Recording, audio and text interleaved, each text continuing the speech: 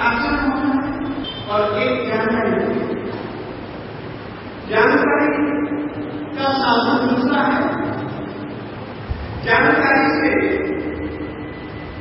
आदमी एक काम कर सकता है, जानकार आदमी विवेचन कर सकता है, जानकार आदमी विश्लेषण कर सकता है, जानने के बाद आदमी की विवेक शक्ति जागृत हो सकती है।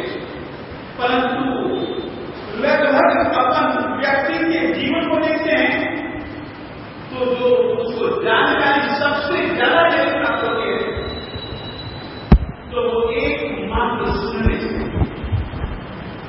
सुनने के कारण से, सुनने से तुमको ज्यादा से ज्यादा एक वस्तु प्राप्त हो सकती है।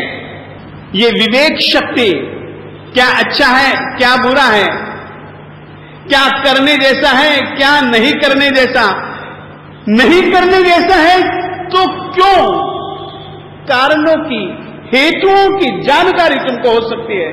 परंतु परमात्मा कहते हैं साधना तो तुमको ये करनी है, जम सेयम तम समायरे।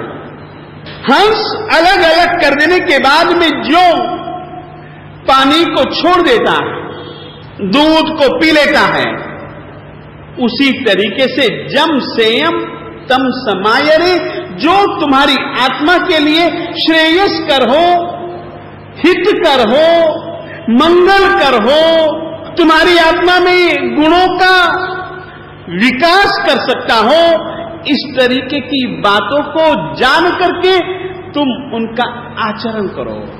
जानना एक अलग चीज है, आचरण करना एक अलग चीज है। आज की तारीख में व्यक्ति के पास जानकारियां खूब सारी हैं, परंतु आचरण के नाम पर ज्यादा नहीं है।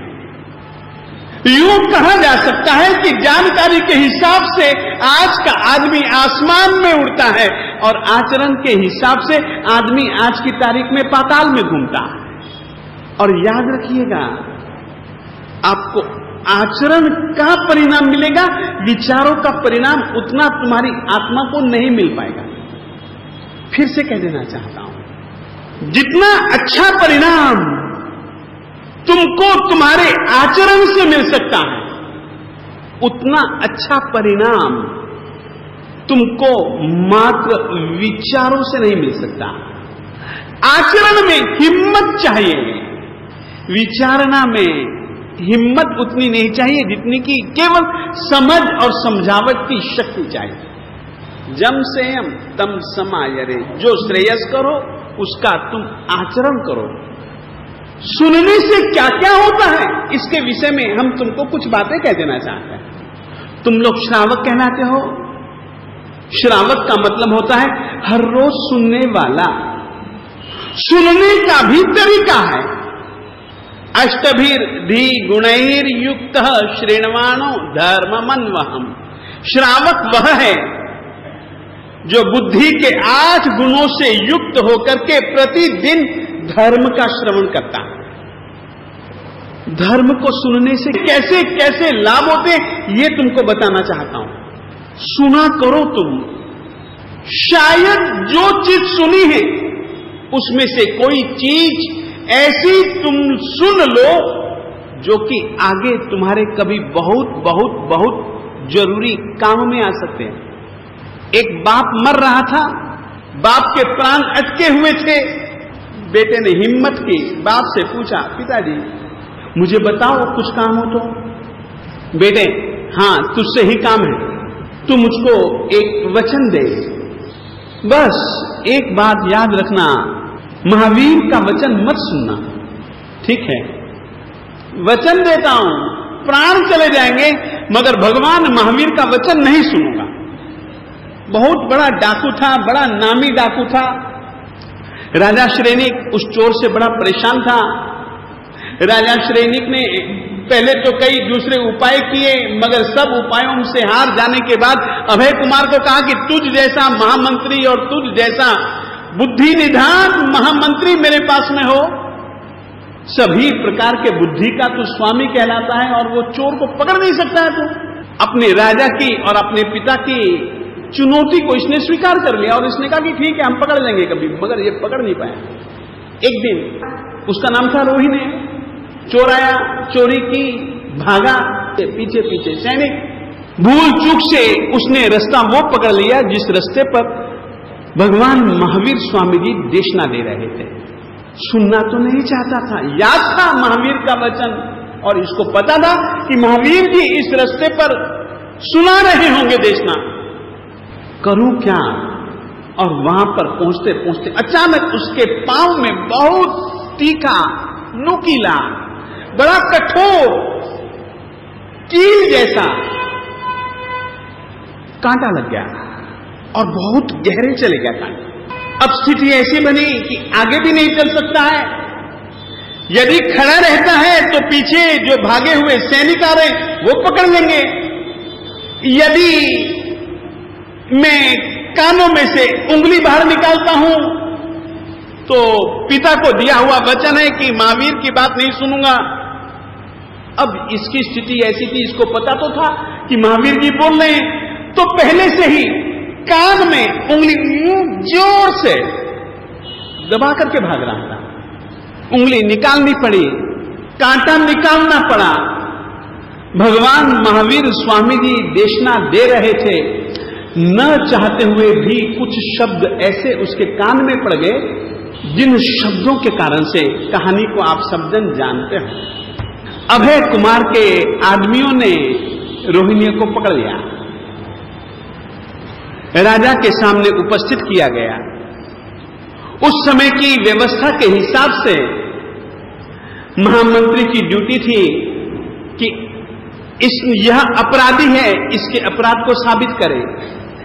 किसी भी ढंग से पकड़ा गया, सारी दुनिया जानती है कि यही है रोहिणी चोर, मगर अभय कुमार साबित नहीं कर पाए। राजा छोड़ने की तैयारी में था तो अभय ने कहा कि कोई बात नहीं पिताजी, आज के दिन आप इसे मुझे सौंप दो, मैं अपने आप इसे कबूल करवा लूंगा। और अभय कुमार ने उसके दंड कबूल करने के लिए षड्यंत्र बनाया हुआ। उस षड्यंत्र के आधार पर उसको खूब शराब पिलाई और एक देवलोक का वातावरण उसने खड़ा किया। जैसे ही थोड़े नशे से दूर होता है वैसे ही उसके सामने अप्सराएं नाचती हुई आती हैं और कहती हैं, धन्य भाग्य हमारे, आप हमारे स्वामी बने, हम आपको अपना नाच दिखलाते हैं। नाच चालू हो उससे पहले कुछ आदमी आए, हिसाब किताब का लेखा जोखा लेकर के, और पूछना उससे, तुम देवलोक में पैदा हुए हो, तुमने सचमुच में बहुत पुण्य किए हैं, जरा बताओ तो सही क्या क्या पुण्य किए हैं। डाकू रोहिणी ने अपना सिर खुजलाया। सिर खुजलाने के बाद जो नाच रही थी और जो आदमी आए थे उन सबको उसने घूर करके देखा और उसने कहा, हाँ मैंने बहुत सारे पुण्य किए हैं, एक दो पुण्य नहीं, सैकड़ों पुण्य किए। छोटी सी जिंदगी में मैंने बहुत बहुत बहुत पुण्य कार्य किए, कुछ पाप भी तो, अरे क्या पाप किए होंगे मैंने, पाप किए होते तो क्या मुझको देवलोक मिलता। मैंने बहुत सारे पुण्य कार्य किए। और उसने पुण्य कार्य झूठे झूठे झूठे झूठे पुण्य कार्य लिखवाने चालू कर दी। लिस्ट अभय कुमार को दी गई। अभय कुमार के इस षड्यंत्र में से भी हेम खेम वो बाहर आ जाता है। कारण केवल इतना ही था, न चाहते हुए भी उसने भगवान महावीर स्वामी जी के ऐसे वचन सुने थे जो कि इस समय ख्याल में आने पर उसको लग गया कि नहीं, ये देव नहीं है, ये देवियां नहीं है, मुझे फंसाने के लिए ये षड्यंत्र है। वहां से निकल करके भागा भगवान महावीर स्वामी जी के पास और उसने जाकर के कहा, साहब ये जीवन अब आपके नाम।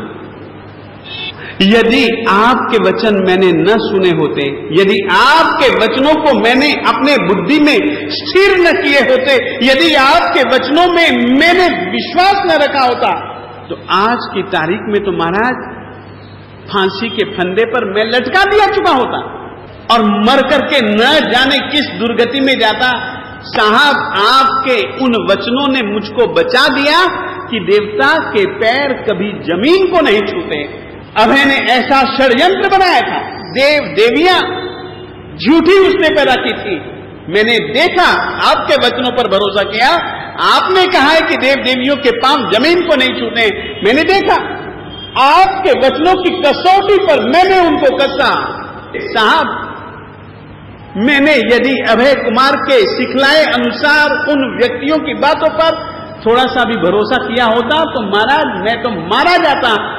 अब यह जो जीवन बचा है तुम्हारा, तुमको अर्पित करता हूं। मेरे कल्याण के लिए मेरा मार्ग प्रशस्त कीजिए। ये किसके कारण से हुआ? एकमात्र सुनने के कारण से, सुनी हुई बात को दिमाग में रखने के कारण से, सुनी हुई बात पर भरोसे के कारण से।